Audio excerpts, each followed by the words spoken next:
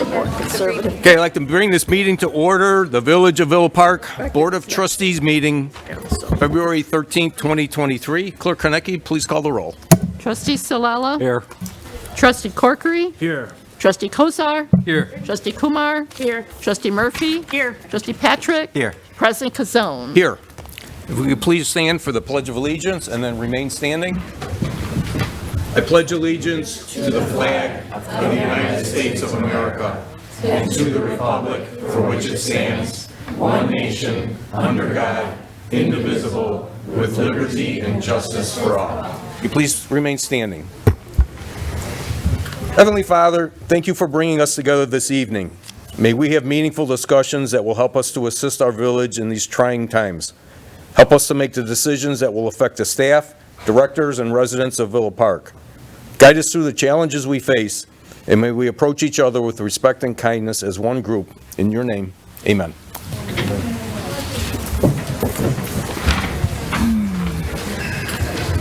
Okay, we're going to go to item 3 is public comments on agenda items. Clerk Konecki, anyone signed up? Yes. I have Bob Wagner regarding items 10B and 10C.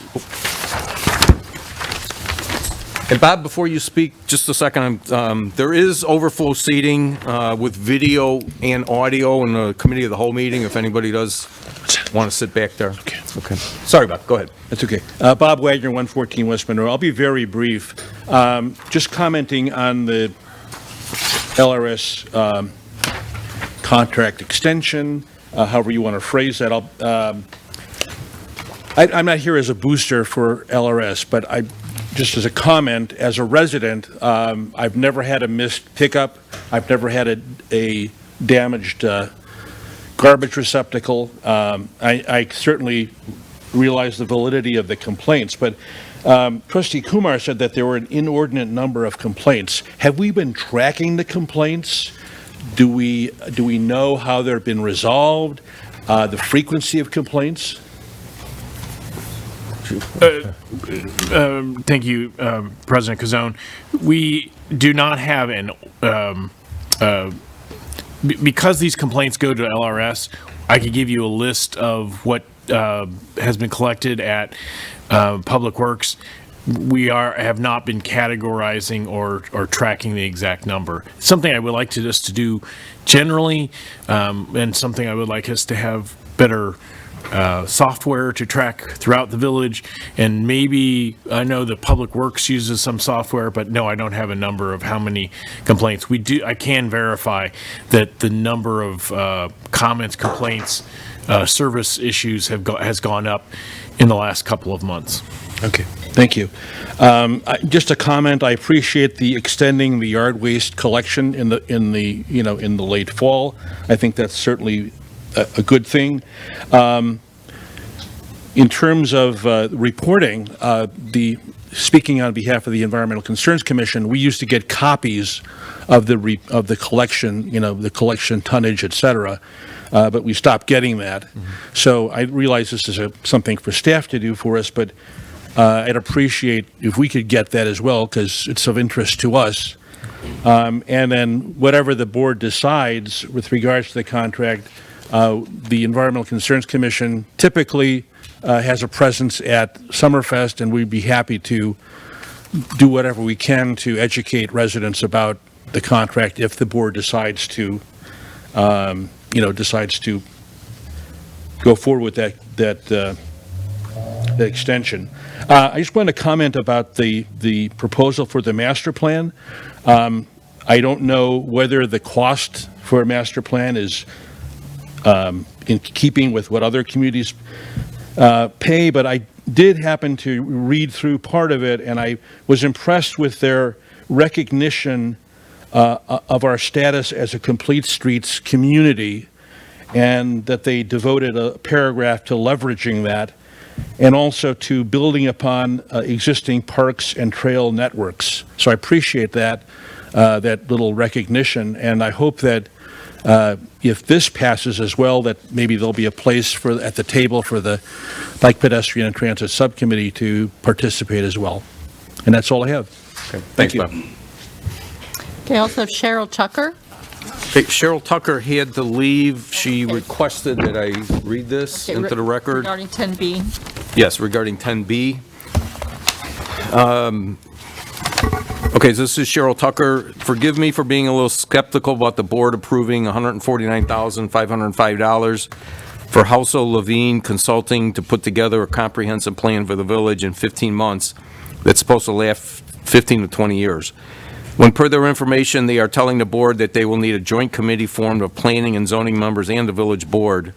Considering I'm sure no one asks our volunteer planning and zoning commission if they would be willing to take on another project for the village. How do we know our new village board members even wanted to be part of the joint committee when we cannot even get our village trustees to show up for coffee with the board or ribbon cutting events?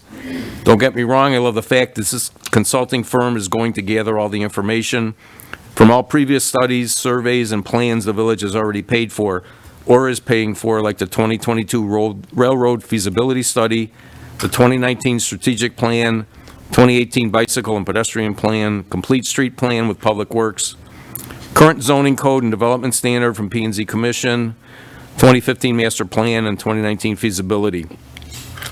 The village has seen studies for St. Charles Road beautification and North Ardmore Street business corridor, where we had to hire Bear Landscaping to take care of all planter boxes because we did not have the staff to take care of them. There's Villain Avenue Business District Plan, just to name a few. I'm sure there are other projects that the people of Villa Park have seen our village spend our money on and seem like great ideas, but got shelved for lack of money or resources in the long run. So can you blame me for being a little skeptical about spending $149,000 for another wonderful plan that is going to give our village department heads step-to-step plans on how to work together to get funds, set up schedules and timelines to make sure projects do not get put on the shelf or moved from year to year. So that is Cheryl Tucker's. I have no one else. Okay. Anyone else would like to comment on agenda items? Agenda items, yes.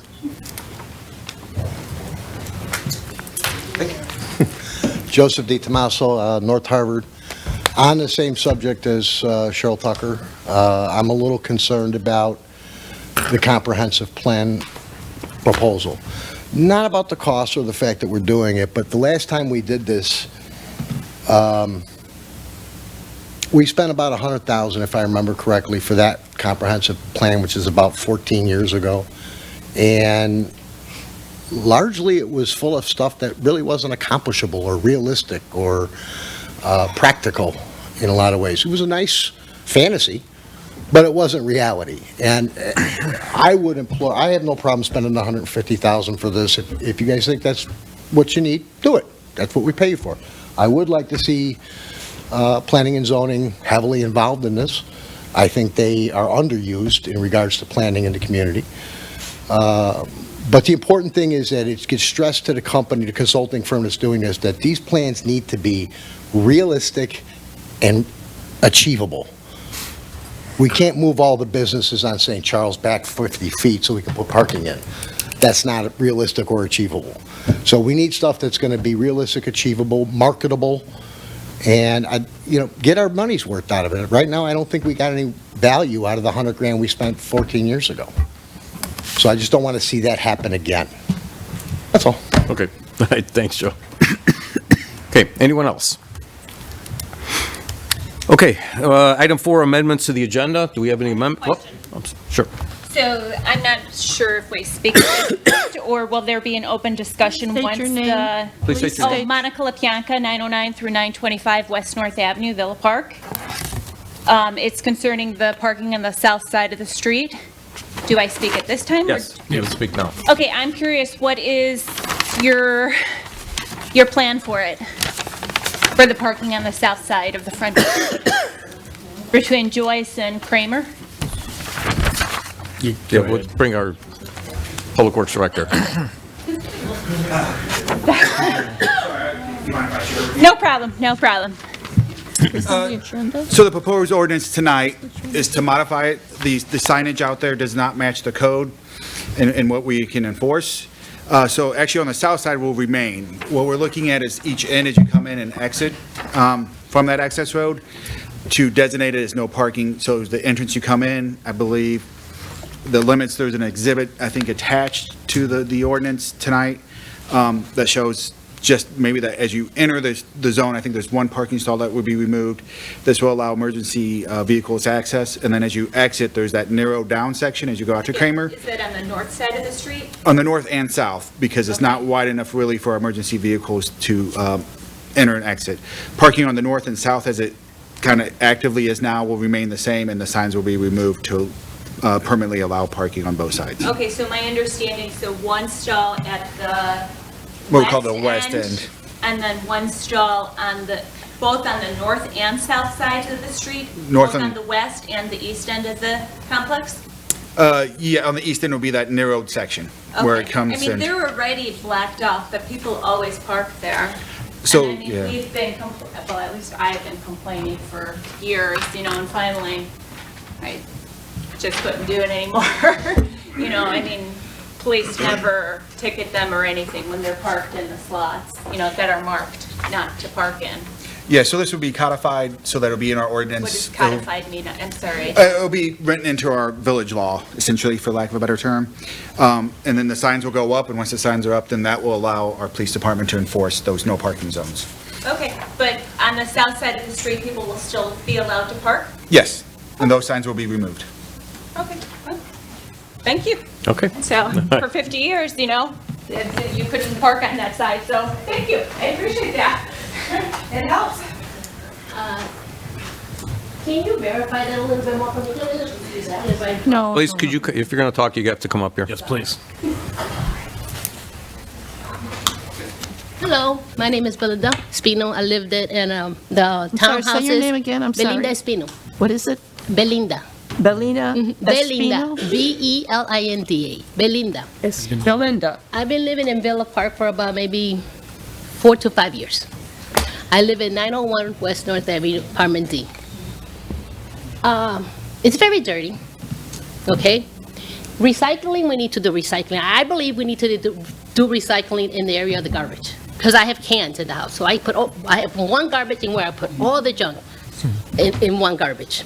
So I heard something about recycling. Are you gonna be doing recycling? Great, let's try it. I've been thinking about it. I told my neighbors. I work by James Street. He gets garbage picked up. He gets recycled can. He has, they clean his area. I don't know what you call it. You clean one side, you clean the other side. But in my area, I've never seen, I fall 2 times in there. I never seen nobody clean the area, okay? North, south, or whatever you say, so you come out, right? So I get out, it's my job to shovel the front of my area. Because I don't know if that little other side of the sidewalk, I will call, is my problem to shovel.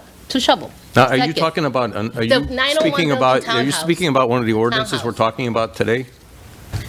Kind of, yeah, well, that too. I'm getting into that. I have a lot, I gave you a lot of points, I know. Yeah, this one, you want to, but my point is that we need to clean that area. I would like management, whoever, that clean that area. I see a lot of mouses, I see a lot of just garbage. We need to have the whole community in my area kind of help out and clean. That's what I believe. I do it, And like when you pick up the garbage, there's a lot of things I got to say. But this one, the one you say, where do we park? Like my neighbor today, he picked up, I was got out of work, he's picking up, cleaning all the junk that we have on north side of the street to the front of the other side of our house. Whose job is that? I don't understand, because there's cleaning people. I pay association, I don't know who they are, what they do. I thought that association was shovel, clean, and everything else. Well, you have But to I take end that, up yeah, you doing have to that. take that up with your association. Okay, and I end up doing that, but the whole side there, the street is dirty all the time. This pig is coming to it, And he's picking up today, I said, why are you doing that? He said, oh, because the city won't do it. I came from Chicago, so I don't know if the city is allowed to do that in Chicago. Suburbs, I don't know. So I helped to pick up. But the other point, I don't know. The other point is, where is it that we're gonna park at? I have my parking lot in back, right? Okay, 30 seconds. My parking, I got so many questions. My parking lot is back. So this is gonna be built when? It's Well, it's we're not, you know. there. Well, thank you very much, because I don't know, and I think that Villa Park needs a lot to be improved. That's all I believe. I don't know, but yes, emergency. I have a son that's not really healthy. Yeah, emergency to get in that side. It's good, because we don't have a way out in our area. I don't know which way I'm gonna get out, the front, the back, the side, whatever. If you ever seen the townhouse where we live, that's the area you're talking about. I live right in that Okay, area. that's time. From that corner to that corner. Okay, we're gonna have to, you know, if you do, So I tried to write these down, I don't know. you may want to contact Public Works, and maybe you can talk to them about what we can do there. Okay, I'm sorry, Okay. can I have one more question? There's a lot of work. So I think I know what you're addressing. There used to be street sweepers there, but somehow the street sweeper is always broken when it's time to clean the street. My family's owned in that community for close to 50 years.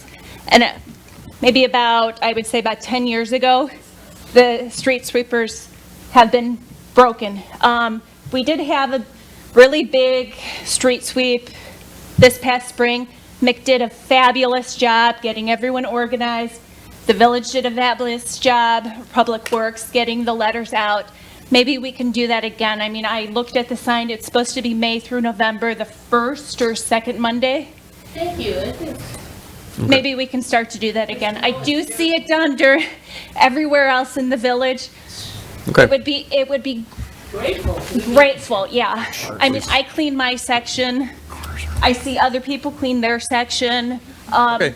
Maria and Christine, who used to be the old association, clean their portion, but, Okay, all right, we will talk to Public Works about that. okay, thank you, I appreciate it.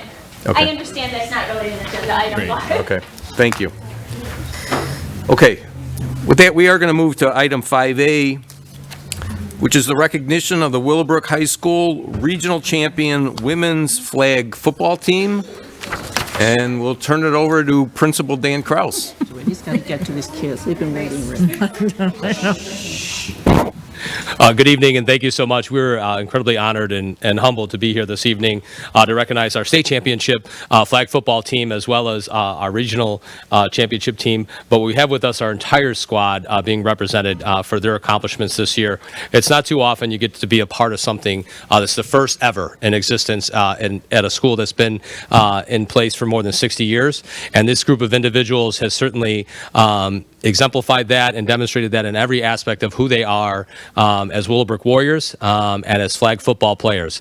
We have had an incredible experience this fall and throughout the winter. We have a couple of highlights we'd like to show, and then I want to introduce the two coaches and one of our players who will have a couple words. But thank you to the entire village for the amazing support you've provided throughout this season, from police escorts in and out of town, on the way to state championship victories as well, to the incredible support of each of you as individuals reaching out on behalf and saying congratulations. And if you had a chance to watch the Super Bowl last night, you had a chance to watch a commercial that specifically highlighted girls playing football. And I think that's the exciting part about this, is that these are individuals and women that are playing football. I do not want to be on the field with them. I'm going to tell you right now, for a variety of reasons, they're much faster, and man, can they play. But I will never forget being at their very first game in Oak Park and watching the excitement on their faces and them not knowing what this was going to become. And here we are tonight, recognize them in front of the entire village. So on behalf of, obviously, Willowbrook High School, congratulations again. They've heard that many times from all of us, but it's an incredible honor to be here this evening as you honor them as well.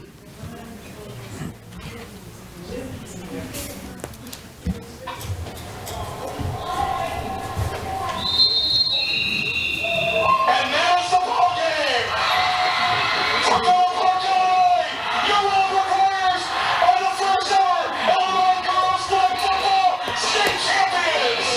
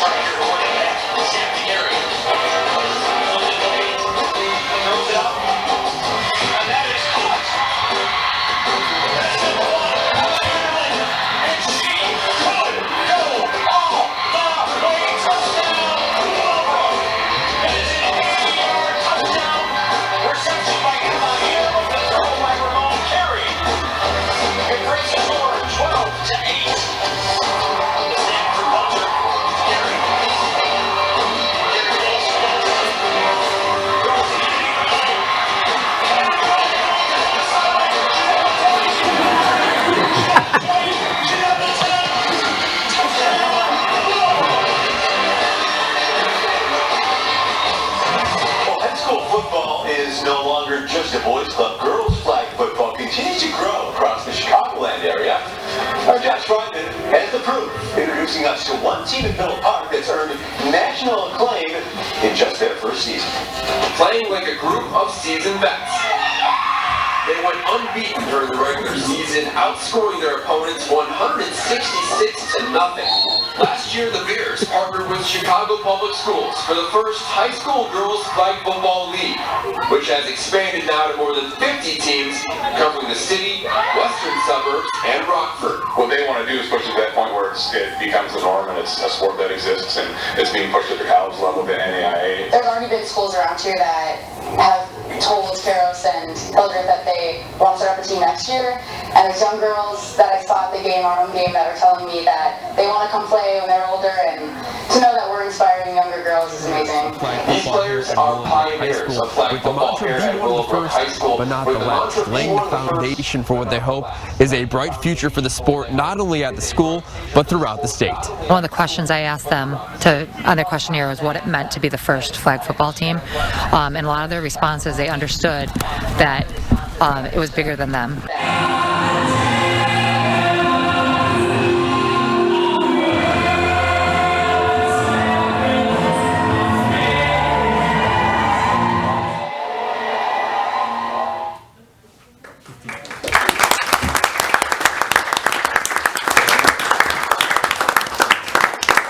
So I'd like to introduce Rachel Karros and Nick Hildreth. They are the co-head coaches of our inaugural very first girls flag football team. And just for a point of emphasis, those videos were not fast forwarded. That's how fast they really are. So. I still get nervous watching us play, even though I know we were pretty good, but brings back the stress of before each game. Part of my role at Willowbrook High School is diversity and inclusion coordinator, and I'm involved in going to a lot of activities meetings, and I got introduced to the fact that flag football was on the horizon for some teams, and from that second when I heard it, my ears perked up. I'm like, yes, we have to do this. I'm so thankful to be at a school that is like, they say yes to a lot of stuff that even some of the, some ideas that I felt like, might be too hard to accomplish in such a short period of time, but we've always been empowered to find new avenues and paths for female athletes to feel seen, recognized, and I think there's no better sport to show equity and quality than football. That's typically been a male-dominated sport, and to be part of a school that has always found ways to get girls involved in football, with having girls kickers on our teams for the last couple of years. This year was the first time we haven't been able to do that. It was just a special opportunity that we got, and no better group to start it with. So I've been coaching for about 16 years at Willowbrook. Coach Hildreth has also been coaching for a very long time. How old? Same-ish. Okay. For both of us, although it's not IHSA sanctioned sport, we both can't help but treat it like a varsity sport. So these girls showed up. We practiced at night after some of their other sports, some of them with work and all that made this happen. And it's a sport that in June, you would have been like, I don't know how good they're going to be. And by the time the fall came around, they all invested so much time to be the best they could at it. So we built like a lifetime of memories in a really short period of time, which for Coach Hildreth and I, this has probably been our best coaching experience ever. I think Coach Kraus, Dr. Kraus mentioned seeing a girls flag football player on a commercial last night during the Super Bowl. I wasn't joking when it brought tears to my eyes. I had a bunch of girls message me. I think I grew up, playing basketball in my driveway, dreaming of being like Michael Jordan. And now to have girls representation, they no longer have to be dreaming about being male athletes, that they can dream about being these powerful female athletes in a sport that they are helping paving the way at, which I think is really special, which I don't know if people realize was one of the fastest growing sports across the nation, and they're part of growing the game, which I think out of everything that we've accomplished, that to me has been the most important thing that we've done so far. So, thank you.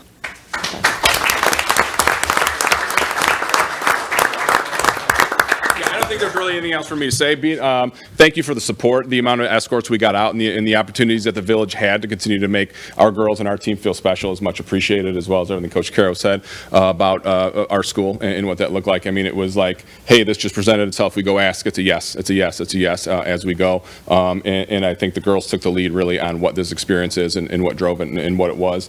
For me, like selfishly, it was by far the best athletic experience of my life. And I think with the relationships that built, Liv said to me, we were practicing, I think it was leading, I don't remember when exactly it was, but she's like, hey, do you remember when we didn't know each other 5 months ago? And I'm like, yeah, like life was way worse then, because this just presented itself in that way to selfishly give me the opportunity to connect with a very different group of student athletes than I normally get to. So I very much appreciate that and what it is. And as Coach Caro said, there's no better group to like take this and drive it forward. And it's something you as a village are going to see for years and years to come. Me having a daughter that's 9 and talking about looking up to somebody, they're ready to recognize certain players on this team, and there's already like local celebrities to them and to those girls who they're looking up to, as Coach alluded to before. So much appreciated. I don't think there's any words to explain the appreciation we have for the community, for what the girls have done, for the sport, for us, for our program, and what it looks like. So it's much appreciated. I think, is Sarah coming up to say something? Oh, yes, she is.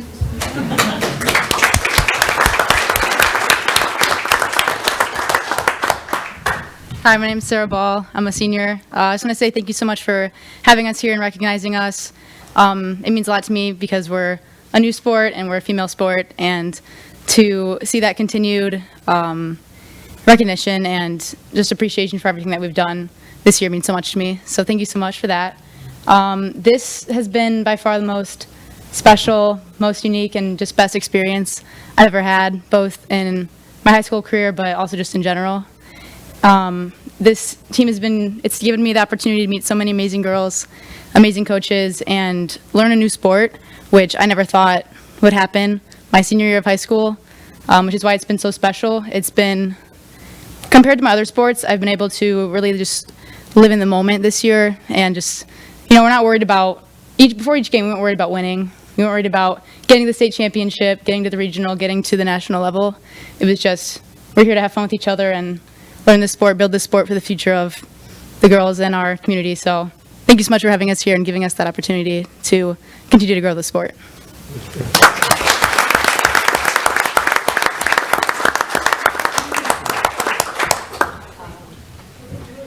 Yeah, we're gonna do a group photo. Okay. Do you want me to announce girls' names or no? Yeah. No, we don't have to. We Okay. can just do a All right, photo. love it. So we'll do half the team up here and then the other half down here. Sorry. Do you guys want to start right now? You're gonna take it. Yeah, you're good, bud. You're good.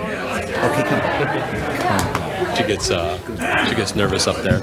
She did a nice job, though. Yeah, she did great, right? Without a doubt. Yeah, perfect.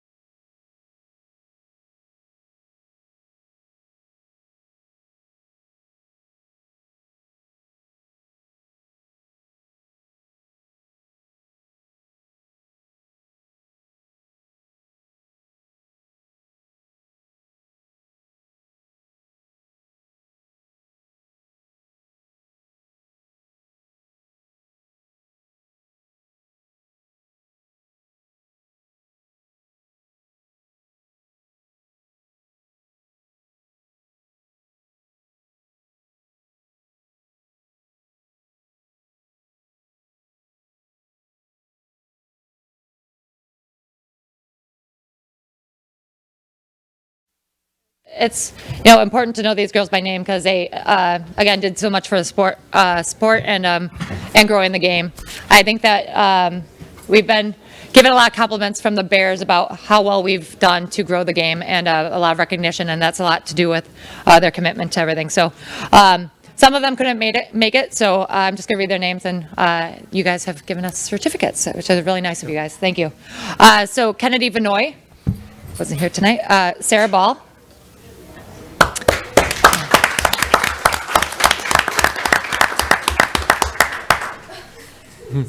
You can get them later. They're not in the same order. Zaida Serrano.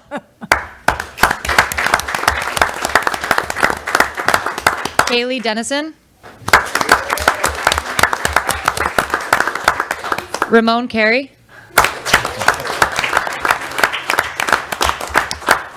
Emily Pearson. Ella Stimick. Delaney Coulter. Lorelai McIntyre. Rosalind Sanchez. Olivia Brock. Annalise Barris. Lauren Quinn. Kieran Hitzman. Emma Anderlich. Ava McLaughlin. Anaya Clanton. Grace Tratina. Gabriella Maher. Jada Smith. Mary Sutton. Lauren Palicki. Kylie Koziel. Chloe Klemecki. Marley Smurs. Alex Suggs. Judith Raleigh. Madison Crillies.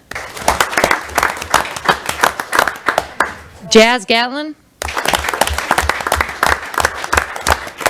Kristen Woods. Mackenzie Alandi. Brianna Alandi. Liz Tratina. And Christina Pettinger. Thank you guys again. Thank you. On behalf of Villa Park, would like to say congratulations to you guys. Great job. It's nice putting us on the map again, and now Coach Hildreth's got his work cut out for him in the fall. So hopefully we'll get the boys championship this year. Congratulations.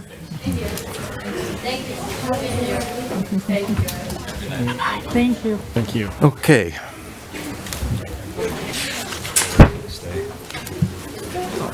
You guys want? Yeah, you want? I know you guys are all excited about the trash contract, but you can. Nick missed that. I was going to go back to the amendment. He didn't say that. Did you ask for amendments to the agenda? No. There we go. Yeah, we already did that. Oh, you didn't say it. Yes, if there was amendments. Okay, I didn't hear it. I didn't either, Okay, but I that's don't okay. care. If I you don't. did- I don't have any. But I didn't hear it either. Okay, if you did, that's fine. Thank you. We were still. This is so long ago. We were doing public. We had a lot of public comments. We did have a lot of comments. It was noisy. That's why I thought we missed it. Goodbye. Thank you. Congratulations. Congratulations. A lot of people know where Villa Park is that didn't know where it was before. Okay. Okay. It's a nice presentation, and good luck to them next year. Move on to item 6, our consent agenda.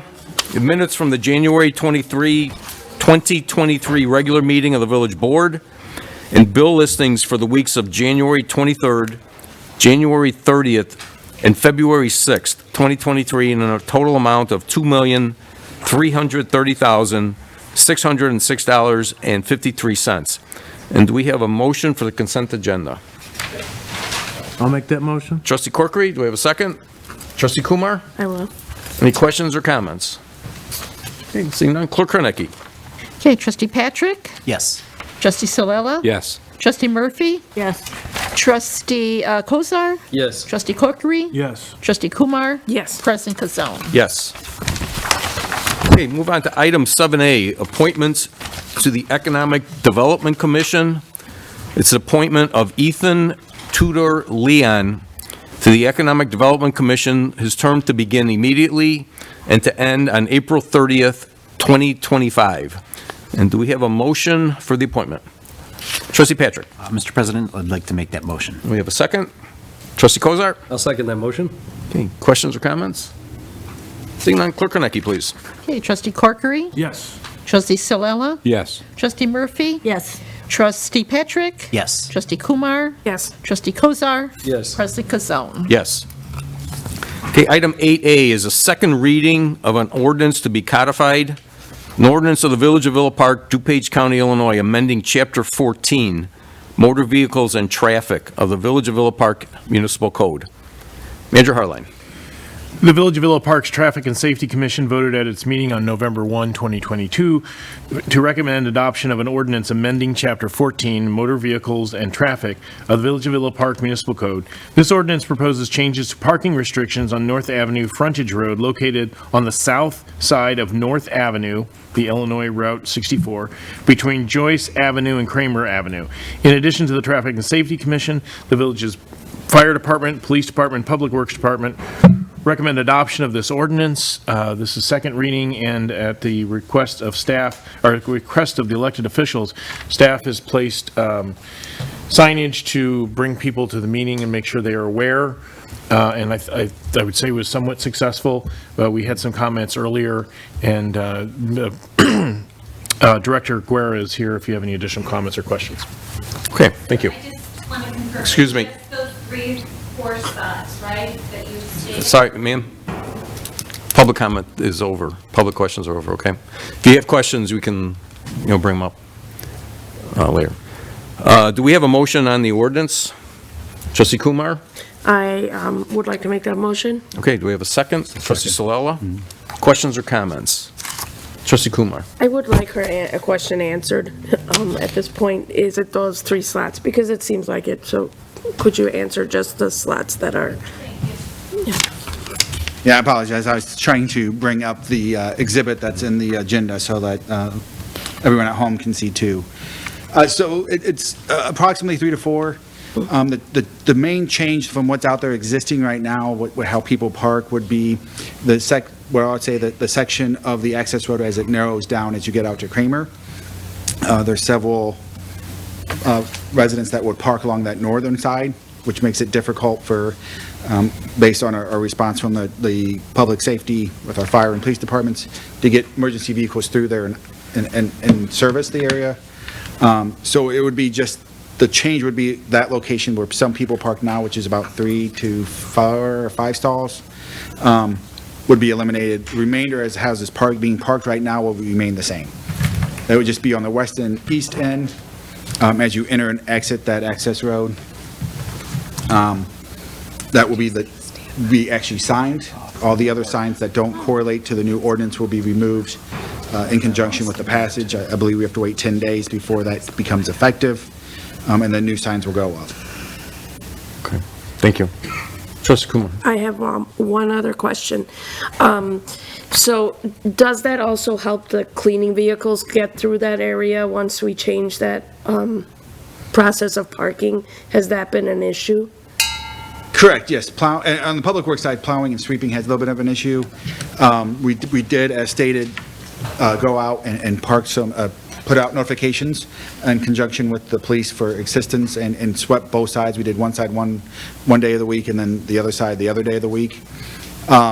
We would probably look at still doing that because with the amount of cars and knowing the need of parking up there, we can't always get to the parking stalls, but we could go down the middle on a monthly basis and then probably in the spring and fall coordinate the moving of the cars so that we could get the street sweeper through on a more regular basis.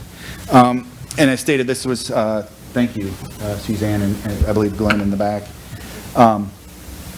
This is how the code currently reads, so some of this is cleaning up the current code because it is not enforced and it's not what we follow. I know some of it may have been rescinded at some time, but we could not find documentation. And so on the north, if you look at the legend, I believe,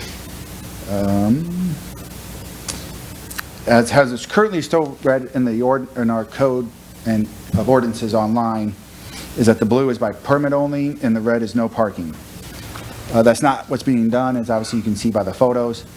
So what we're planning to do is restrict parking as you enter.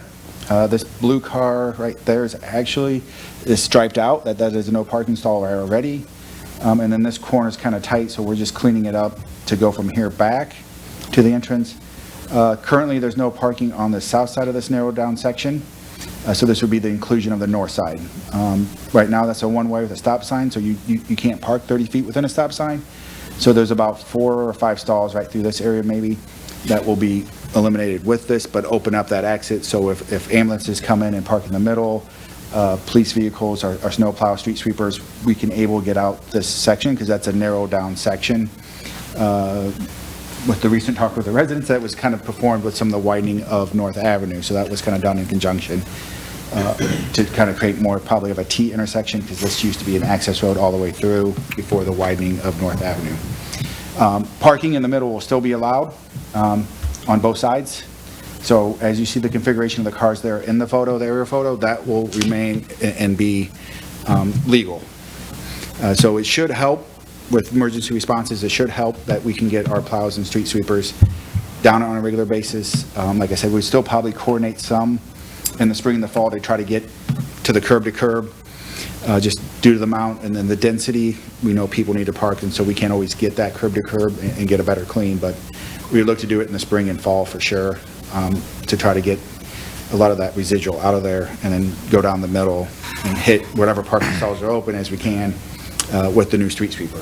We did purchase a new street sweeper last year, so it should not be broken down anymore. Does that hopefully answer, I think, a lot of the questions I was receiving was, I think, a little bit of the confusion on what was signed, what was being proposed, and it's mostly keeping everything nearly what's already being performed other than this small section on the north narrowed section of the roadway. Right. And that'll definitely help that area, because I know a few years ago we had talked about prohibiting parking, I think, on the south side there of that street, and a lot of residents were not happy about that. So this will kind of best of both worlds now. You'll be able to get emergencies in there, emergency equipment in, but still allow that parking. And I think there's going to be, there's some discussions, I think there's been historically some plans of looking at expanding that. That's coordination that would need to be done with IDOT and different things. I think traffic and safety did speak about that, but this was just to try to do some cleanup and get things kind of matching what's existing conditions and allow for better services to that area. Okay. I just want to thank Public Works for taking all that effort to make sure that a problem that's been there for a while is being addressed. Thanks, Mike. Anyone else? Okay. Clerk Kornecki, please. Okay, Trustee Kozar? Yes. Trustee Murphy? Yes. Trustee Patrick? Yes. Trustee Salella? Yes. Trustee Corkery? Yes. Trustee Kumar? Yes. President Kazone? Yes. Okay, move on to item 9A. It's an ordinance of the Village of Villa Park, DuPage County, Illinois, to annex parcels 03-34-119-001 and parcel 03-34-119-006. Manager Harline. The next three ordinances are all part of the same process, but for this one, the property owner of 1033 North Villa Park, Villa Avenue, APK Holding LLC, also known as they're developing the Aero trucking site, is seeking annexation of two small parcels into the village. As described, 03- the pins are there in the In the description, a subsequent zoning map amendment from the residential single-family zone to a 10,000 square foot district, RS-10, to the light industrial district, M-1, and plat of consolidation create a single lot are all involved in these next three ordinances. Planning and Zoning Commission held a hearing on January 12, 2023, where they recommended approval of all three requests, 7-0. Staff also supports approval of these ordinances. Thank you. Okay, do we have a motion for the ordinance? Trustee Slow. I'll make the motion. Second, Trustee Corkery. Any questions or comments? Okay, seeing none, Clerk Henneke, please. Okay, Trustee Kumar? Yes. Trustee Patrick? Yes. Trustee Murphy? Yes. Trustee Kozar? Yes. Trustee Salella? Yes. Trustee Corkery? Yes. President Kazone? Yes. Bless you. Let's see. Item 9B, an ordinance of the Village of Villa Park, DuPage County, Illinois, to approve petition PZ-22-0015 for zoning map amendment of the newly annexed property. Manager Harline. This is the second ordinance, and this is approving the rezoning from RS-10 as what they are annexed as to light industrial district M1. It is the same pins, and it is the same project as previously described. Okay, thank you. Hey, do we have a motion for the ordinance? Trustee Salella? Make the motion. Okay, you have a second? Trustee Kumar? Questions or comments? Hey, seeing none, Clerk Henneke, please. Trustee Murphy? Yes.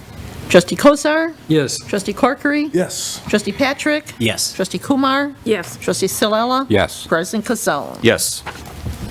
Item 9C is an ordinance of the Village of Villa Park, DuPage County, Illinois, to approve petition PZ-22-0015 for a plat of consolidation for 1033 North Villa Avenue. Manager Harline. And this is the third of the three. This is approving the plat of consolidation for aero transportation. By the way, we do have representatives here if anybody has any comments or questions, but the staff and the Planning and Zoning Commission, I recommend approval. The Planning and Zoning request approval was 7-0. Thank you. Do we have a motion for ordinance? Make the motion. Trustee Salella, do we have a second? Trustee Kumar, questions or comments? Just one comment, it's impressive to see how quickly you're getting that project moving. So that's it. Okay, good comment. Okay, seeing no questions, Clerk Henneke, please. Trustee Kozar? Yes. Trustee Salella? Yes. Trustee Murphy? Yes. Trustee Kumar? Yes. Trustee Patrick? Yes. Trustee Corkery? Yes. President Kazone? Yes. Item 9D is an ordinance of the Village of Villa Park, DuPage County, Illinois, approving and authorizing the publication of a revised official zoning map for the Village of Villa Park. Manager Harline. Each year, the village is required to publish its zoning map by March 31. There's not any ordinance approvals in 2022 that resulted in a zoning map amendment. The 2023 zoning map has updated colors for each zoning district. The legend has been reorganized and parcel lines in adjacent municipalities have been added for clarity. Staff recommends approval of the 2023 zoning map. Community Development Director Mark McLaughlin is here if you have any comments or questions. Okay, thank you. Trustee Patrick. Mr. President, I'd like to make that motion. Okay. Trustee Kozar? I'll second it. Okay. Questions? Trustee Kozar? So other than some adjustments to the map itself, there have been no real changes to our zoning? Correct. There was no zoning map amendments. There were special uses and... Mark?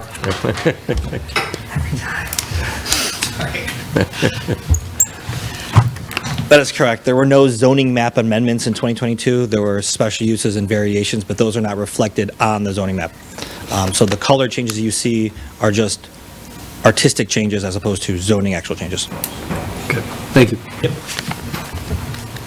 Okay, any other questions? Trustee Kumar? A lot of the zoning, I'm a little confused as to what can be built and what can be done. Which ordinance or where do we find that?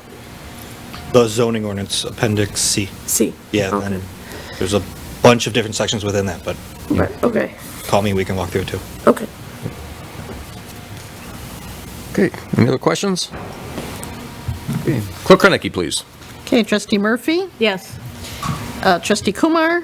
Yes. Trustee Salella? Yes. Trustee Patrick? Yes. Trustee Corkery? Yes. Trustee Kozar? Yes. President Kazone? Yes.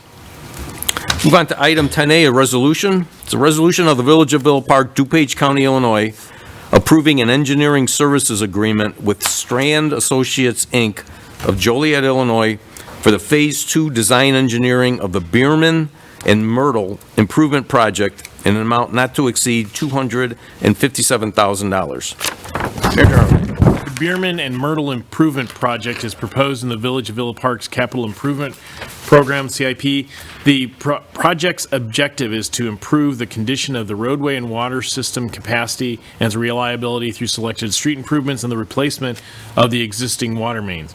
The project's engineering design is budgeted for calendar year 2023, and the staff would like to proceed with the design efforts. Staff recommends approval of the engineering services agreement with Strand Associates, Inc. of Joliet, Illinois for Phase 2 design engineering of the Bierman and Myrtle Improvement Project in a fund not to exceed, in an amount not to exceed $257,000. Funding for this agreement will be from the Street Improvement Referendum Fund, Water Supply and Wastewater Capital Funds.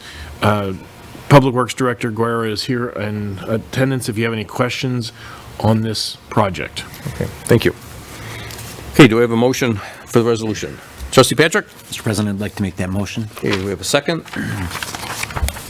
I'll second. Trustee Corkery, any questions or comments? Okay, seeing none, Clerk Konecki, please. Okay, Trustee Silella? Yes. Trustee Kumar? Yes. Trustee Murphy? Yes. Trustee Kozar? Yes. Trustee Corkery? Yes. Trustee Patrick? Yes. President Casone? Yes.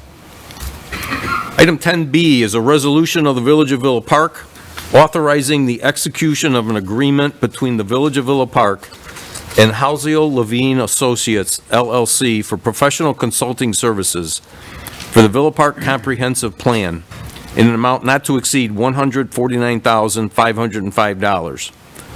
Funds in the amount of $150,000 are budgeted in line item 10.514.00.292 for calendar year 2023 to complete this update. Staff recommends approval of this resolution. Sorry, No, it's like, I think we put them together there. It's okay. We do have, I'm sorry. Yeah, go ahead. Is it, okay. We have a short presentation by staff from Halsey Levine and Associates, and also Mark McLaughlin is here. We did review 4 different firms, and Halsey Levine was the unanimous choice to be the firm chosen, and there is, the project is under budget for this, budget, for the village's budget. It's over to you. Yep. All right. Well, thank you for giving us an opportunity to meet with you tonight. And I've kind of a 2-part presentation. I wanted to go over a little bit of who we are, generally what our approach is, a bit about our experience. I do have a more detailed presentation, so if you have questions about specific tasks or specific steps, maybe some events, parts of our deliverables or drafts, whatever that might be, I can kind of jump around, but it's a long presentation, so I didn't want to take your time. The main things that I want to go through, just a brief intro. Oh, I'm sorry, go ahead. Make sure you give us your name. Oh, I apologize. That's all right. So Nick Davis, principal at Halsey Levine. Not from Villa Park. All right, so the project team that we put together for this, it's us as the lead, Halsey Levine, and then we have CLOA. If you worked with them in the past, they specialize in transportation and several of the components that we'll want for this draft plan, and ultimately the final comprehensive plan would incorporate transportation-related recommendations. So we brought them on board. We've worked with CLOA throughout the Chicago region on numerous planning studies. I can talk a little bit about those later on. Our team leads, so only 2 of us are here tonight. As I mentioned, my name is Nick Davis. I'm a principal at Halsey Levine. I'll serve as QA/QC, project oversight, providing some planning and design recommendations, graphics and visualizations. With me is Josh Kuntz, who's sitting up here in front. He'll be the project manager, but he'll also lead some of the city engagement or civic engagement. He'll be leading a lot of the community planning aspects. Back at our office, Tricia Parks, who couldn't be here tonight, will also help us with just internal project management, movement. She'll lead a lot of the different diverse teams that we have in the office that'll be on this project. I know there's a few other people we identified in the proposal, Charlie Hogan and Sujan Shrestha. They'll both be working on this project with Trisha, with Josh, with myself. So those are really the 5 people on this project from the HL side.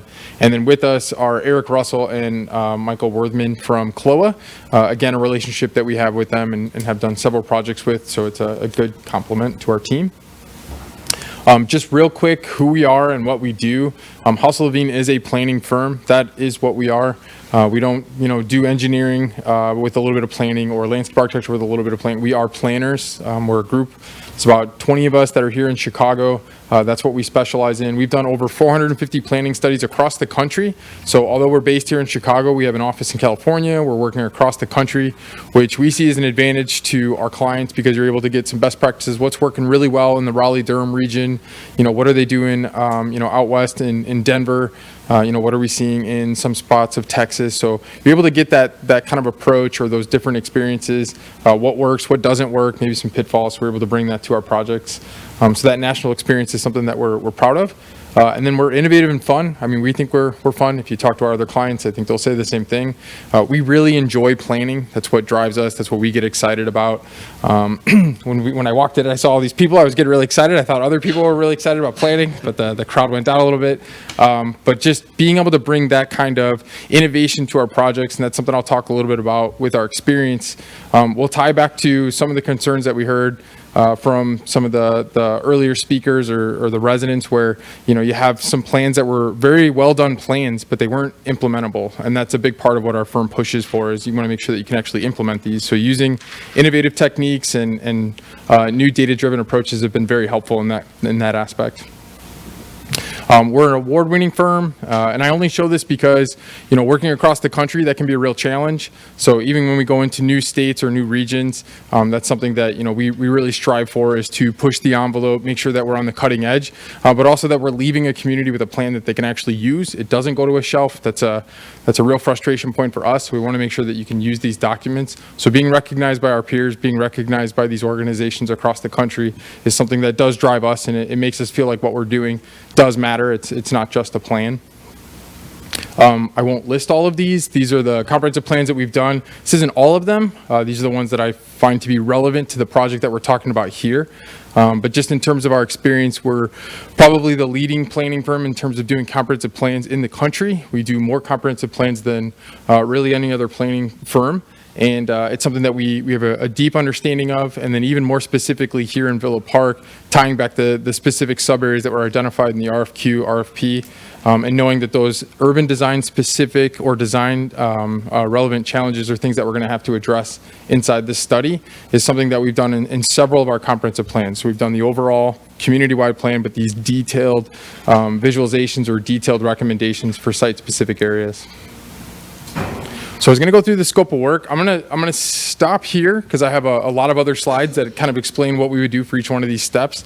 But I did want to just go through. It's a 6-step process that we've articulated in the original scope of work. So there's a kickoff and existing conditions phase. That's really us doing our initial homework, get a baseline of the community, understand what's happening, review all those plans that have been done in the past. A lot of times we find some of these older plans have great recommendations.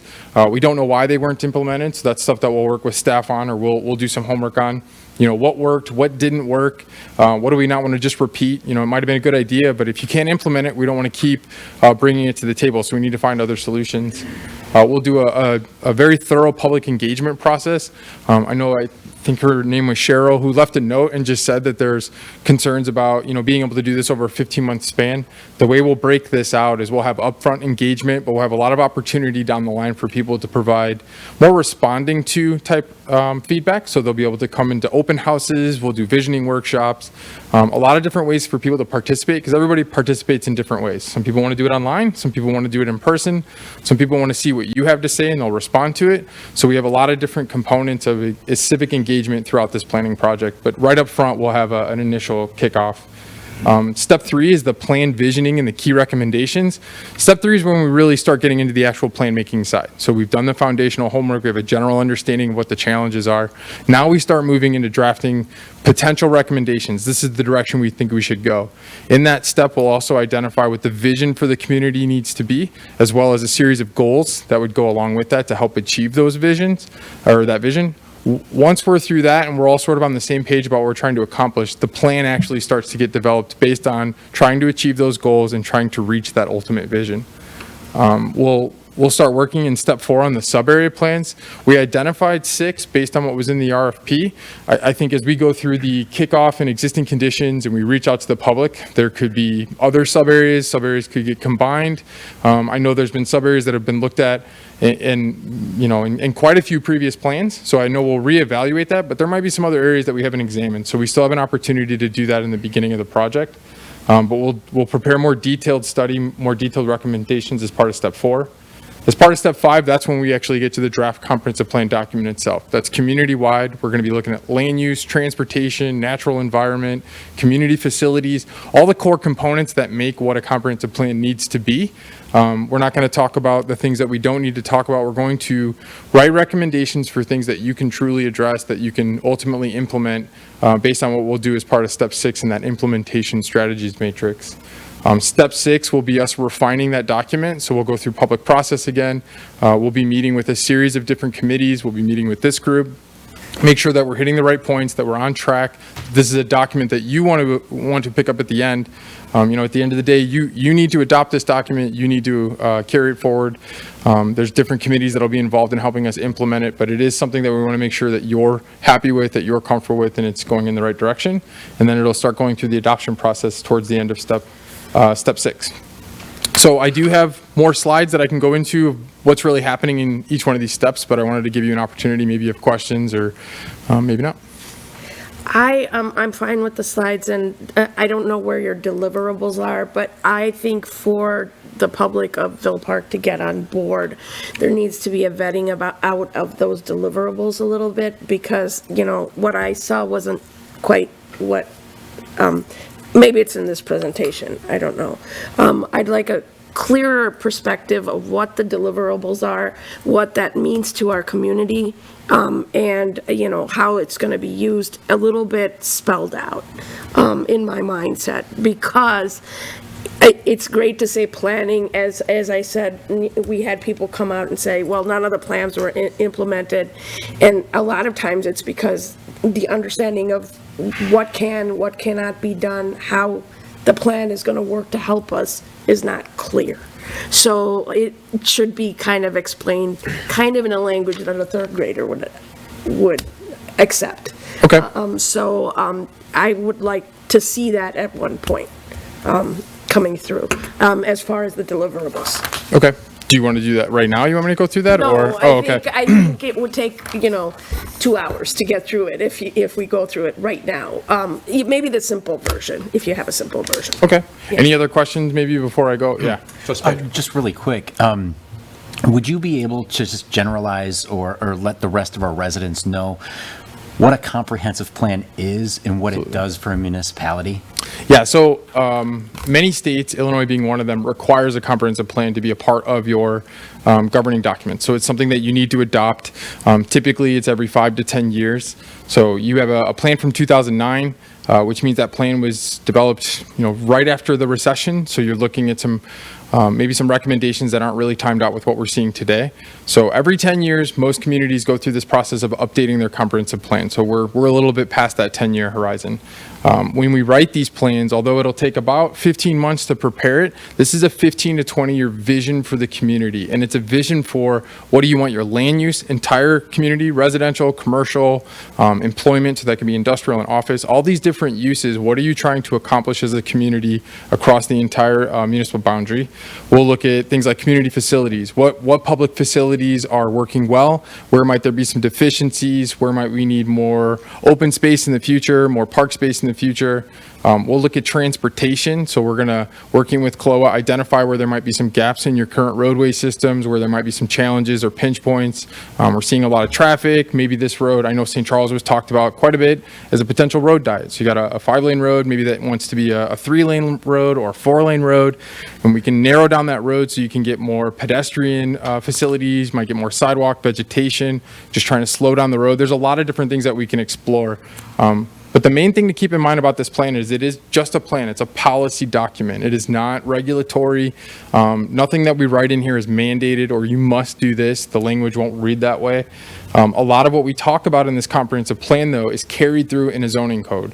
So a lot of what we talk about here in terms of identifying what you could do in the future, you could codify or carry forward with updates or strategic changes to your zoning.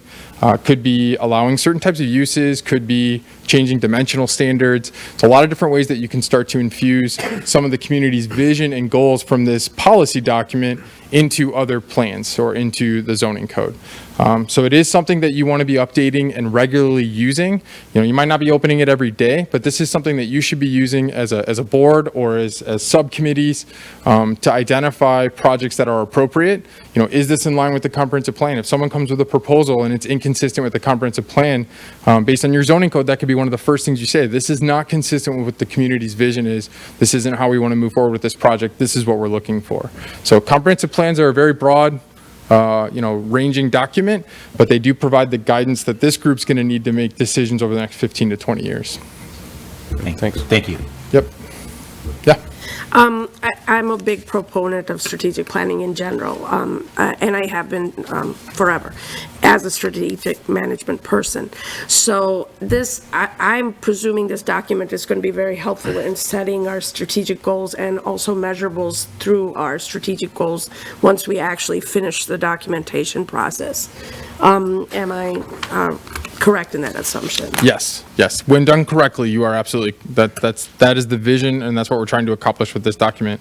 And just to address, maybe at a high level, the series of deliverables, and there's quite a few what I'll call like micro deliverables. The ultimate deliverable is the adopted comprehensive plan. So the 2009 plan that you're currently referencing, we would be replacing that. That's your final deliverable. Along the way, there's a lot of different little deliverables that we'll be preparing. There's an outreach memo that identifies how we're going to engage the community. There's going to be that existing conditions document. So that's going to be us. Basically, it's a book report of the community as it relates to the things that we could talk about in a comprehensive plan. So here's your existing land use, existing transportation, some of the existing issues identified by the community. The next deliverable from there will be based on the visioning workshop and feedback that we received from the community. Here are what we believe to be the vision for the community and the goals. So that'll be a deliverable that we'll all have a chance to review and discuss. Once that's done, we'll deliver the draft sub-area plan. So that'll be a deliverable within the plan. And then we'll have the draft and final plan. And once we get to the final plan, everything's going to get rolled into that document. And along with that final document is an implementation matrix, which I believe to be one of the most important components of a comprehensive plan. You had one in your 09 plan. There's a little bit, might be a different way that I would format it in what our approach would be, but it would be very close to what you're essentially taking all the plan's recommendations and flipping those into actions. So, if you want to achieve all the recommendations in this plan, here are the 150 specific actions that you need to do to check this off. You get this done, you're able to start to see a kind of the realization of what the plan's recommendations were. So those are sort of the deliverables inside of it, and then ultimately what the final would be. One of the key components, I think it's in the first step, is just us identifying there's a deliverable that just outlines what our objectives are, and I think that would include a list of those deliverables, so we can put that in there. As far as public engagement, and you said that would be part of your deliverable, how you're going to engage with the public in general. I think that's a very important component in kind of discovering the nitty-gritty details of what affects our community and matters most to our community in terms of event zoning or whatever. So what is the process, or what kind of process do you guys usually use to engage the public as a description? So we approach this in a couple different ways. There's a more traditional format and there's an online format, and we run these parallel to one another. So we'll establish a project website that'll have online community surveys. There's a tool that we created called map.social, which is if you've ever been to a workshop where you're kind of getting the maps out and you're drawing lines or putting points on, you can do that all digitally on this map. So it's basically, if you know how to use the Google Maps feature, you're opening that up, you're dropping points, you're adding comments. So that's map.social. That's the more digital approach. We'll also do in-person key stakeholder meetings. So that's where we'll meet with a key stakeholder or a focus group. Could be a small group of people. Maybe it's a local business cohort, or it could be longtime residents. I mean, there's a lot of different, might be developers, whoever you want us to talk to, or whoever we identify as appropriate groups. We identified DIY kits. So the DIY kits are great. It's a good way for the community to start to conduct their own visioning workshops or their own workshops at home, or it could be a church group, a book club, whatever it might be. There's some people who just don't have time, or maybe don't want to come out to our meeting that we're hosting on that one specific day at that specific time. But there's a group that they're meeting with regularly. They will get the tools from us to facilitate a workshop. They'll know how they need to summarize it all. It's very well articulated or spelled out what the goals are. They'll give that back to us, and that's how we're able to conduct a lot more workshops, kind of with like a local outreach team as an approach. It's been very successful. We've done this in quite a few communities where, again, not everybody can make that one meeting at 6:30 at night, but they have a window of about 6 weeks where they can do their own workshops. We'll do a business community workshop. Very important to talk to what your current business owners, current property owners, whoever it might be, will have an interest, and there's a lot of different corridors here. There's a lot of different districts. So I want to make sure that we can kind of get them all in the same room, have a discussion about what their challenges are, what they'd like to see. It's probably going to be about permitting, zoning. I mean, there's some pretty consistent themes that we hear, but it's also an opportunity to hear from someone who's maybe been here for 30 years and operating, or someone who just moved here from another community operating another business. They have unique perspectives. We'll do a community visioning workshop. We'll get a big room. We'll set up in maybe a school or a library. That's where we'll get the maps out. We'll actually start drawing as a group. This is where we'd like to see a future bike trail, or this is where we think a redevelopment opportunity might exist. All of that's going to get summarized in these public engagement key themes takeaway documents. So we'll prepare a summary of all those different events, and we'll publish that on the project website. We'll make that available to anybody that wants to see it, so you can see the fingerprints, you can see what people are saying, and it's our job to take all of that feedback and start threading that through our plan recommendations. So it's a big challenge. Good. Just want to, so one of the places to look, it's a big packet, but if you look at the scope of services on pages 19 through 29 in their proposal, that really kind of lines out a lot of the things Nick is saying. Exactly. I don't want to speak for Mark, but I know that one of the reasons why this was the firm chosen is no firm was as good at lining out what they were going to do than Housel Levine, and that was a key component of their selection. So thank you. That's it. Do you, now, obviously, you're working with the public and staff here. You're closely aligned with like our Planning and Zoning Commission, Economic Development, and Community Development. Will you work with them as part of the process too? And how involved will they be? Like particularly Planning and Zoning? Yeah, so we identified the PZC as a group that we would be meeting on a semi-regular basis. We talked about a joint committee meeting so we can work through who needs to be that joint committee. We do prefer to see planning and zoning and a board come together at key points of the project, if that's possible. If not, those can be two different meetings, but we find it to be very effective when they work together, because you're having the discussions about what the challenges might be from both sides. And then the sort of like an extension of staff approach is what we typically take, and we genuinely need that. It's a big issue for us that when we drop into these plans, a lot of this work's already been started by somebody. There's some great ideas, they just couldn't get some traction, whatever it might be. So we'll work with economic development, we'll work with the planning department, we'll work with public works. Anybody that'll come to the table, because all of them are going to have really a stake in this comprehensive plan once it's done. It is a document that kind of transcends all the different departments. So, those are groups that we'll want to meet with department heads up front, make sure we're all on the same page about what the objectives are, and then just regular check check-ins with them is always very helpful to make sure that we're on track at the existing conditions phase, at the draft plan phase, and certainly when we get to the end, when we're about to adopt this, we want to make sure that everybody's supporting it, is on board, is excited about the direction it's going. So that is our job. Our job is to really embed ourselves into your departments, into your environment, and make sure that we're the extension. We're the planning team that's helping you do this with our staff. That's the approach that we typically take. Okay. Any other questions? Well, thank you. Thank you for, oh, hang on. I have a comment, so I'll wait till we make a motion. Sure.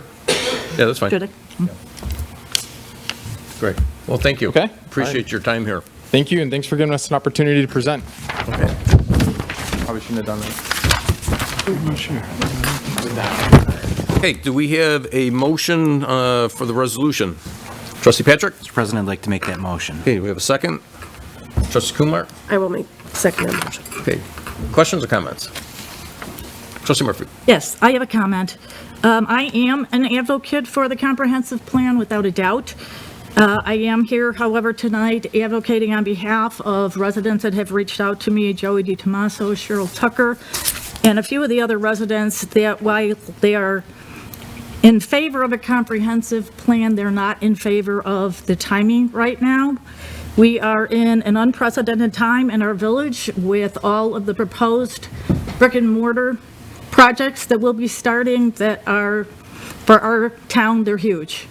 And things are going to be changing significantly, and maybe our priorities will be too over the next 2 years as we see the rec center built, Lufkin put in, Garden Station done, and the apartments on Villa Avenue. So there are several people that are concerned about spending the $149,505 on consulting fees and would like to see that pushed out a year and see that funding transitioned over to the shortfalls that we're trying to fulfill with our rec center, which is a brick and mortar building, and it will be in place for several generations to come. Thank you. Okay. Trustee Patrick? I believe that you did state that this is mandated by, is it state or federal law that a comprehensive plan must be conducted? Yeah, so this is something that you want to update. Would you might stand by the mic, or right there is good too, yeah. Yeah, so this is something by the state where you're trying to accomplish an update to your, is that not right? Nope. Okay. So yeah, updating your comprehensive plan is something that you're required to do. That's something that you should be doing every 10 years. That's stuff that that's language that we could share, I suppose, yeah. And then the last time that our comprehensive plan took place was in 2009. 2009. So we are overdue for that. Yeah, and you're not going to get, a slap on the wrist or anything from the state, but it's just something that's recommended that you're updating these plans on a regular basis to be consistent. And really, in light of what you're starting to see on your development side, this is where you need to start planning for what you want to do next, and that would be a big part of what this document's for. So. Thank you. Sure. Trustee Corpy? Supposing we do approve this tonight, when would the planning process begin? Do we have a hard date, or?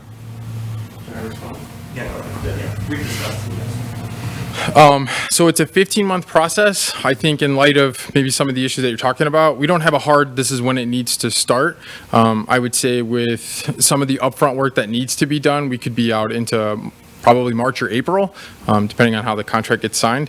I would want to time this out with the engagement. So in the second and third month, we identify opportunities for community engagement. I want to be very mindful of, spring break's coming up, so that's typically a difficult thing to plan into. So we're probably into like May or June when we would start doing the big civic engagement side. So for what it's worth, I think that's where this is starting to time out a few months out. I'd just like to say that I understand Trustee Murphy's concerns that the residents have raised, but things are just so different than they were in 2009 that I would like to get moving on this, I think. Okay. Trustee Kumar? I also, because this is going to feed into our decision-making over the years to come, I also feel that we need to get this particular document finished as to that is our information to make good decisions in the future and plan a full-fledged strategic plan and have it active and moving. Okay. Trustee Kozar? So generally, I support this plan. number one, because it's required by the state, but we need one. $150,000 is a lot of money to spend on a plan. As I go through this contract, though, it's kind of an unusual contract. It talks about our vendor not segregating facilities, what happens if our vendor declares bankruptcy, discrimination. Paragraph 22 talks about confidentiality, but then at the very end, it says that everything that our vendor does is subject to the FOIA capability. I'm just wondering, how did this contract come about? Are there statutory requirements on this contract, or, you know? Everything you've referenced right now is statutorily required by the state of Illinois. That has to be in the contract? Correct. Okay. Well, then, if the state of Illinois mandated it, that's why it's so confusing and odd. It makes perfectly muddy sense to me now. Okay. Thank you. Okay, any other questions or comments? Okay, seeing none, Clerk Ronicky, please. Okay, Trustee Corkery. Yes. Trustee Stilello. Yes. Trustee Kumar. Yes. Trustee Patrick. Yes. Trustee Kozar. Yes. Trustee Murphy. Yes. President Kazone. Yes. Okay, get to work. Thank you. Thank you, thanks for your time. Okay, item 10C, resolution of the Village of Villa Park, DuPage County, Illinois, approving the proposal and authorizing a waste collection agreement with Lakeshore Recycling Systems, LRS. Manager Harline. So what the village's current contract with Lakeshore Recycling is set to expire on June 30, 2023 at the village board's direction following the November committee of the whole meeting. Village staff engaged LRS for a contract extension. It'll be, I won't get it. The more significant change with this extension is for the implementation of the CART program for refuse and recycling. The contract provides that LRS is responsible for providing each service dwelling unit with one 95-gallon cart for refuse and one 65-gallon cart for recyclables. Staff recommends that the village board approve the resolution authorizing the extension of the waste collection agreement with LRS for an additional 5-year period beginning July 21 and 2023 and ending June 30, 2028. Staff recommends approval of the ordinance, of the resolution. This is only a resolution. It only sets apart the changes in the agreement, the changes that will appear in the new agreement, and it will actually be a separate new contract because the last contract was with Roy Strom, Inc. It will be essentially a continuation of the existing service because LRS already has the service. So I apologize if that language was confusing, but we will have our first ever full contract, and time has it's been a few sleeps since then, but I believe I sent out the draft contract. If I haven't sent it out to you, I sent it to LRS. There is a draft contract that was finished by Melissa Wolf on Friday. It was not enough time to ask LRS to review that over the weekend, but it will be here for the board on the 27th. But to get the process of purchasing the equipment or the carts, we really could use the extra 2 weeks. Approve the resolution, and they can start buying materials, and we can be ready before July 1st. We're looking for a mid-June rollout, and that's it. Thank you. Okay, we have a motion for the resolution. Make the motion. Trustee Solello, we have a second. Trustee Kumar? I'll second that. Okay, questions or comments? Have a Trustee couple Kumar. of comments and questions. One, we talked about the village is not getting much data on the complaints, and they go directly to LRS. So I think as part of the contract, and I am not against the CART program, I am for the CART program. It does seem like everybody's trash cans are falling apart, which is the major concern I've heard. So this might solve that problem overall. But irrespective of that, in the contract that we're talking about, there should be some accountability data that comes to us on a yearly basis, or maybe not even yearly, every 3 months or so, quarterly basis, with regards to complaints that they receive from our particular village, and what the, some kind of small breakdown of that. Yeah, there will be a staff meeting every quarter. We will add into that to make sure that we have updates on customer service response times. Response times and response sectors or sections, what is the problem? Just so we're abreast of what is the actual thing they're getting called about. Yep. Okay. Any other questions or comments? Okay, seeing none, Clerk Kornecki, please. Okay, Trustee Patrick? Yes. Trustee Corkery? Yes. Trustee Murphy? Yes. Trustee Kozar? Yes. Trustee Kumar? Yes. Trustee Salala? Yes. President Casone? Yes. Okay. Move on to item 11, public comments on non-agenda items. Do we have anyone signed up? No one. Okay, Julie.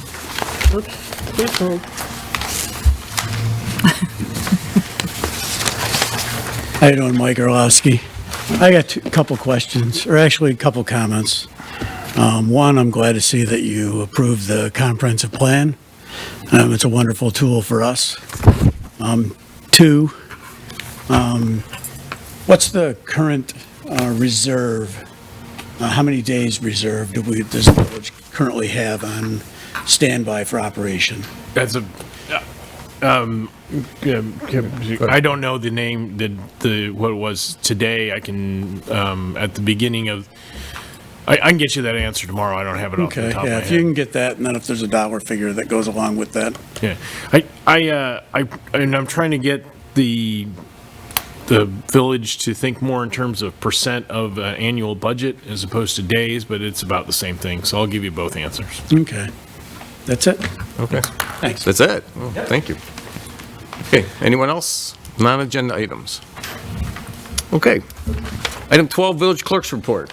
I have nothing tonight, thank you. All right. Village Trustees Report, we will start on my right. Trustee Patrick. Thank you. Good evening, everybody. First of all, I just would like, I know that we had a presentation earlier today, but I have to reiterate a congratulations is in order for the Willowbrook High School Regional Champions women's flag football team. That's an amazing accomplishment, so job well done. Great job out there.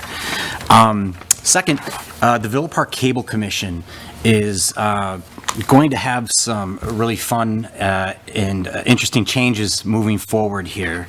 I'd like to call your attention to tvvillapark.com.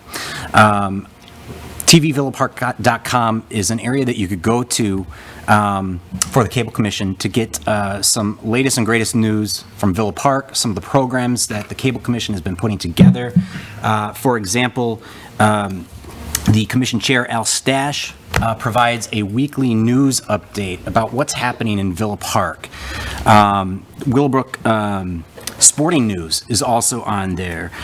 You could see performances of Shakespeare in the park, some of the concerts in the park. Also even like Villa Park Mariners swim team and the 4th of July parade. So if you're looking to find information about that or just to see something different, check out tvvillapark.com.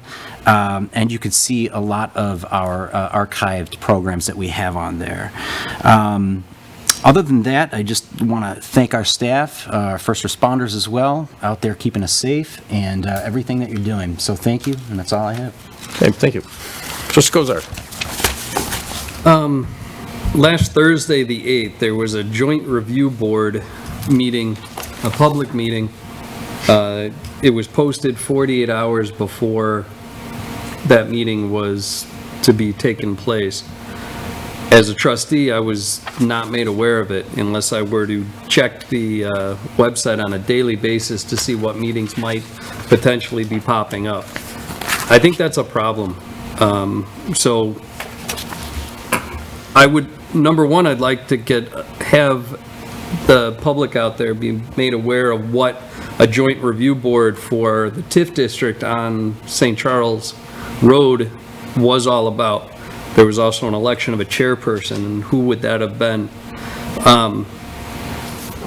So if somebody could explain that to everybody out there, because I've taken a number of emails and calls about this, and the residents and the people on St. Charles Road don't really understand what it is, and I would like to hear it as well, please. Trustee Kozar, I think Patrick Burke was the person who had the most to do to set up the meeting, and I'll let him answer that question first. But we also have with us actually Brian Baugh, who was the attorney who put together a lot of the documents. And I will just say that this board will have a public hearing on the 13th of March, which is open, which is more designed for public comment, but I don't want to steal the thunder for Mr. Burke, so go ahead. Good evening. The village is considering establishing a tax increment financing district for the St. Charles Road corridor. And the Joint Review Board meeting is part of that process.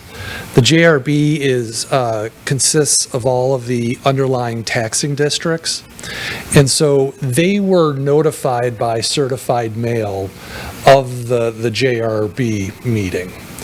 Now, the property owners within the proposed district are also notified by certified mail for the public hearing. That's going to be March 13th. And so I think that was some of the confusion for the property owners who got that notice a day or two before the JRB. They thought they were being notified about the JRB. They were not. They were being notified of the public hearing that's going to be held March 13th at right before the regular meeting. Who was elected as the chairperson? That was part of the agenda. Matt Harline. It was. Okay. So, as a general rule, I want to propose for this board that if there's going to be any public meetings, I think it should be posted, even if the agenda's not ready for it, that there's going to be a public meeting at least 7 days in advance, with the exception if there's an emergency meeting. I know the law requires 48 hours advance notice, but I think if the village in this case had time to send out mailings, they had time to at least post that 7 days in advance. And, you know, I think as trustees, shoot us an email to say, hey, there's going to be a public meeting on such and such a date. I think that would be helpful. I did have it in my weekly. In the weekly report. What, the manager's report? So, Trustee Kozar, I believe that. Yeah.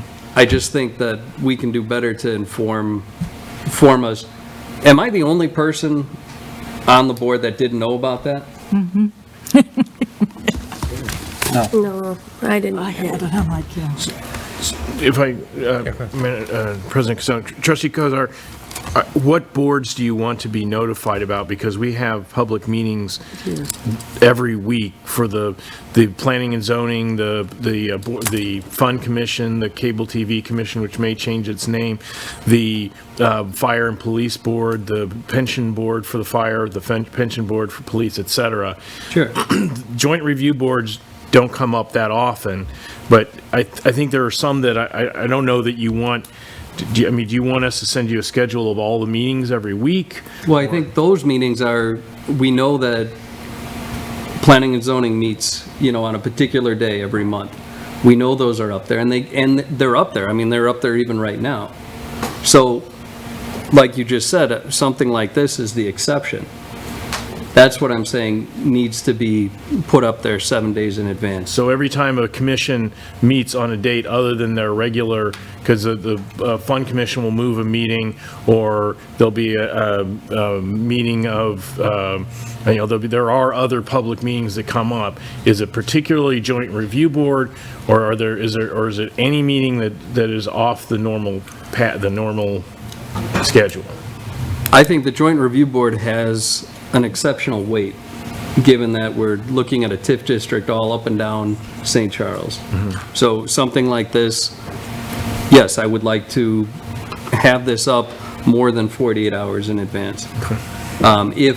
If the Fund Commission needs to change a date, I believe when they change the date, it's posted up online. I mean, I've seen them change a date, and I've seen it online, and there's been, adequate notice of that. But it doesn't have the same weight as something affecting our TIF district on St. Charles Road. Okay. I'd also like to add, the presentation that was made at the Joint Review Board will be made at the public hearing.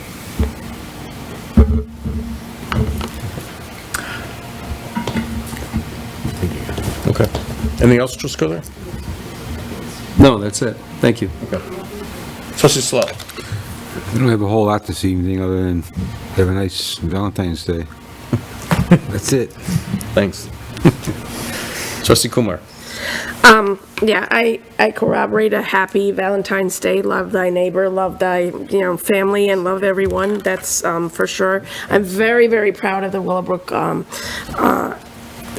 team that came out. They're eloquent. They're at the forefront of what is going to change, and it just makes me very proud of Villa Park in general, because they are stepping into the bounds of what is changing right now. If you saw the Super Bowl yesterday, you saw the flag football commercial there with women on the forefronts, and it is just very nice to see. These are going to be people that we're going to see in television promoting our town for years to come, and I'm just super proud of them. And as far as the comprehensive plan that we have approved to put through, I really ask that the community stay involved and go ahead and get, information and stay involved in the processing of that. The more the community stays involved, the more they invest themselves, the better information we get from that. So that's it. That's it? Okay. Trustee Corkery.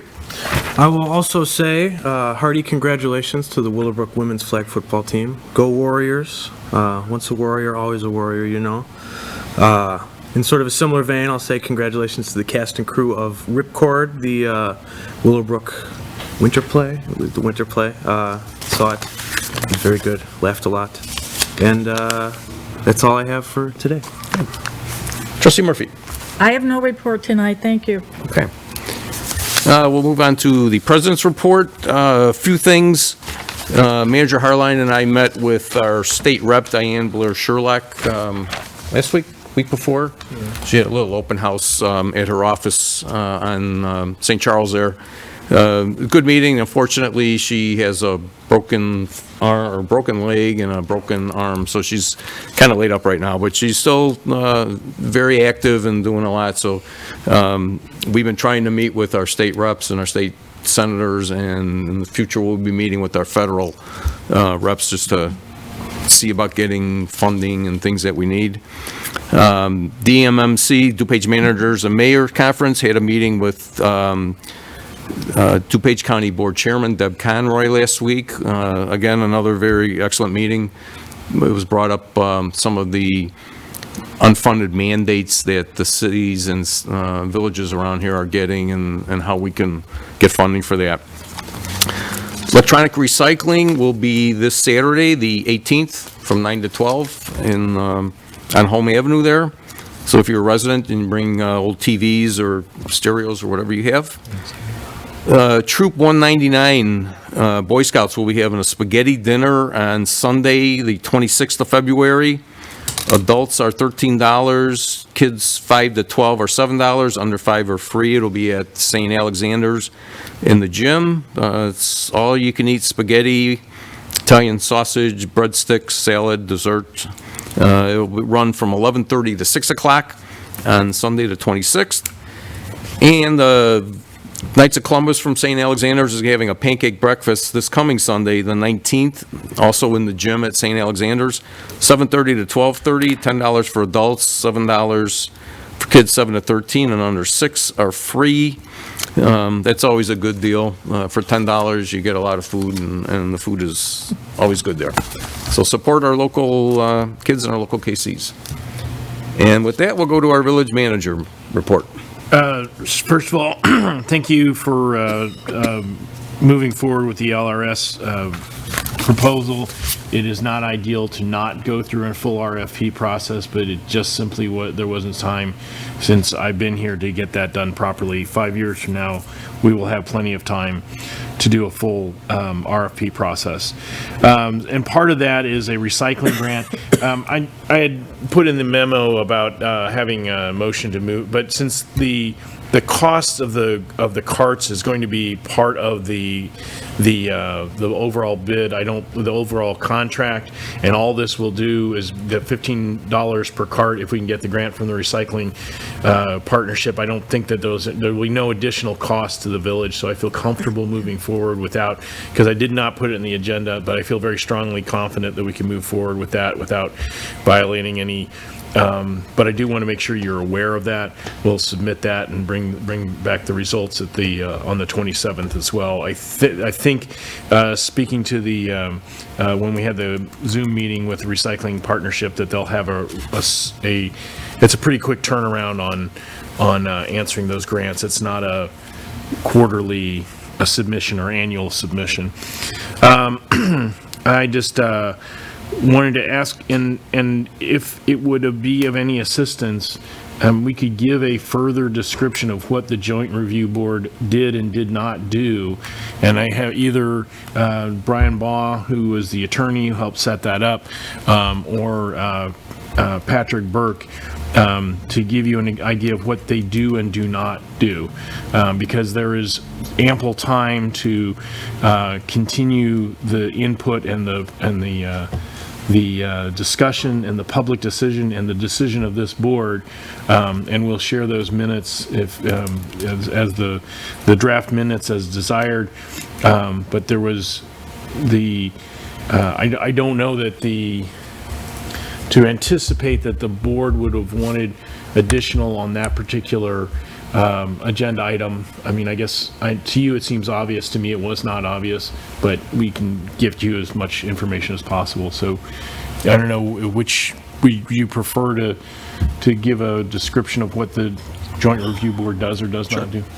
So the Joint Review Board is required by the Illinois Tax Increment Allocation Redevelopment Act, and it's a board that's comprised of not all affected taxing districts, but a select number of taxing districts. In this instance, it was the village, the county, the township, the community college district, the 2 school districts, the library.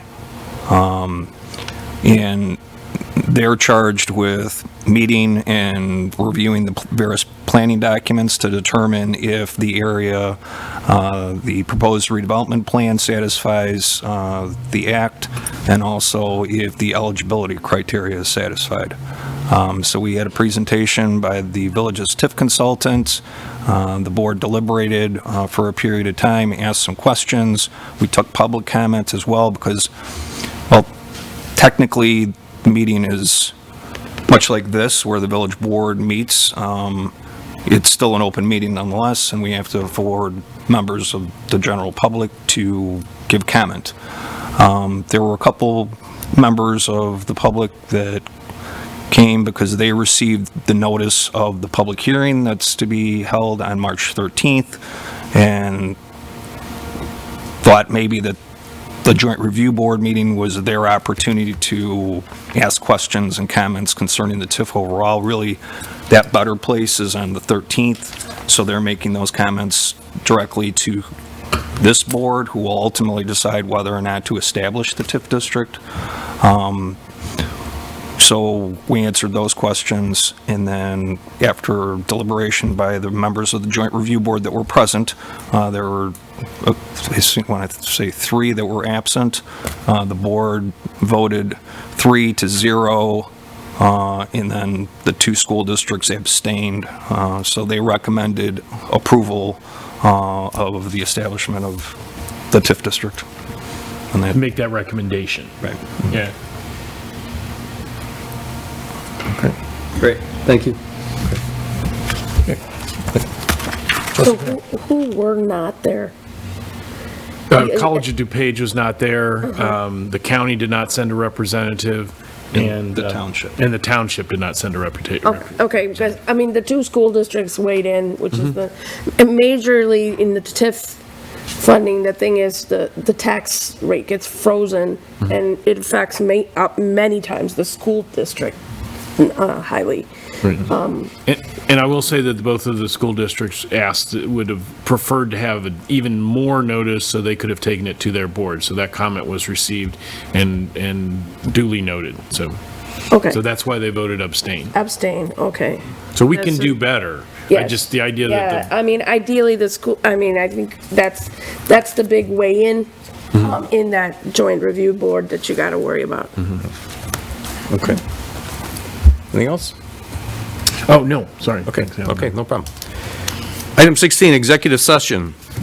Pursuant to 5 ILCS C1 regarding the appointment, employment, compensation, discipline, performance, or dismissal of specific employees, we will go into executive session tonight if we have a motion to go through there. I'll make that motion. Trustee Corkery, we have a second? Second. Trustee Salella, any questions or comments? Clerk Kornecki, please call. Okay, Trustee Murphy? Yes. Trustee Kumar? Yes. Trustee Patrick? Yes. Trustee Salella? Yes. Trustee Kozar? Yes. Trustee Corkery? Yes. President Kazone? Yes. So we will go into executive session, and then we will adjourn our regular meeting out of executive session. So we will not see you until February 27th, same time, 7 o'clock here. Guys, have a good week, and we'll see you in 2 weeks.